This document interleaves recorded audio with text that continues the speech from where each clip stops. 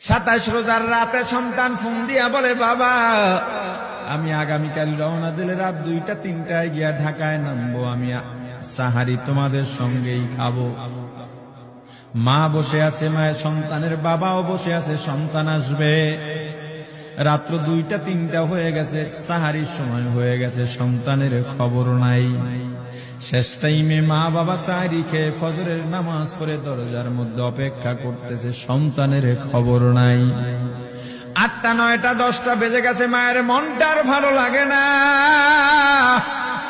স্বামীকে ডেকে বলে, স্বামীরে আমার সন্তান কই, আমার মনটা ভালো লাগে না, একটা ফোন লাগাও। স্বামী ডাক দিয়া বলে, চিন্তা করো না, ঈদের সময় যানজট থাকতে পারে, চলে আসবে। কিছুক্ষণ পর বাবার মনটাও ভালো লাগে না, বাইরে নেমে পায়চারি করতেছে। হঠাৎ করে একটা ফোন চলে আসছে। সন্তানের ফোন দেখে বাবার সে কি আনন্দ। ফোন রিসিভ করে যখনই সালাম দিল, অপর প্রান্ত থেকে সালামের উত্তরে সন্তানের কণ্ঠ পাওয়া যায় না। বাবা ডেকে বললেন, বাবা তুমি কে? এটা তো আমার সন্তানের কণ্ঠ নয়, তবে মোবাইলটা আমার সন্তানের। ওপার থেকে ডাক দেয়া বলে, আপনি কি এই লোকেই মোবাইলওয়ালার বাবা? বলে, হ্যাঁ।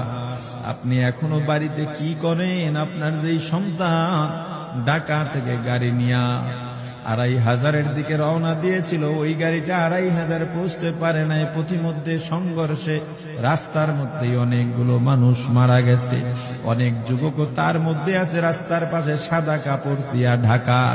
দেখেন আপনার সন্তান এই লাশের মধ্যে আছে কিনা। মোবাইলটা আমি রাস্তার পাশে পড়ে পাইলাম। বাবা পাগলের মতো একটা দৌড় দিছে। মা মনে করছে সন্তান বুঝি কাছাকাছি চলে আসছে। অন্যান্য সন্তানদের ডাক দেয়া বলে, তোরা কে, কোথায়, এদিকে আয়, তোদের ভাই বুঝি কাছাকাছি আসছে। আমার কলিজার টুকরা সন্তান, তোর বাবা যে আগায় আনতে গেছে, তাড়াতাড়ি নতুন চাদর বিছা, বালিশের কভার গুলো খুলে নতুন কভার লাগা, পানি গরম বসা, আমার সন্তান এসে গোসল করবে। আহারে সবাই ফুলের মেলা, ফুলের তোড়া নিয়ে অপেক্ষা করতেছে। 4টা বছর কলিজার টুকরা বাড়িতে নাই, বিদেশ থেকে আসবে। বাবা স্পটে গিয়া দেখেন অনেকগুলো লাশ সাদা কাপড় দিয়া ঢাকা। একটা একটা মাথার উপর থেকে কাপড় উঠান আর কৌতূহল বাড়তেছে, কাপড় উঠান আর কৌতূহল বাড়ে।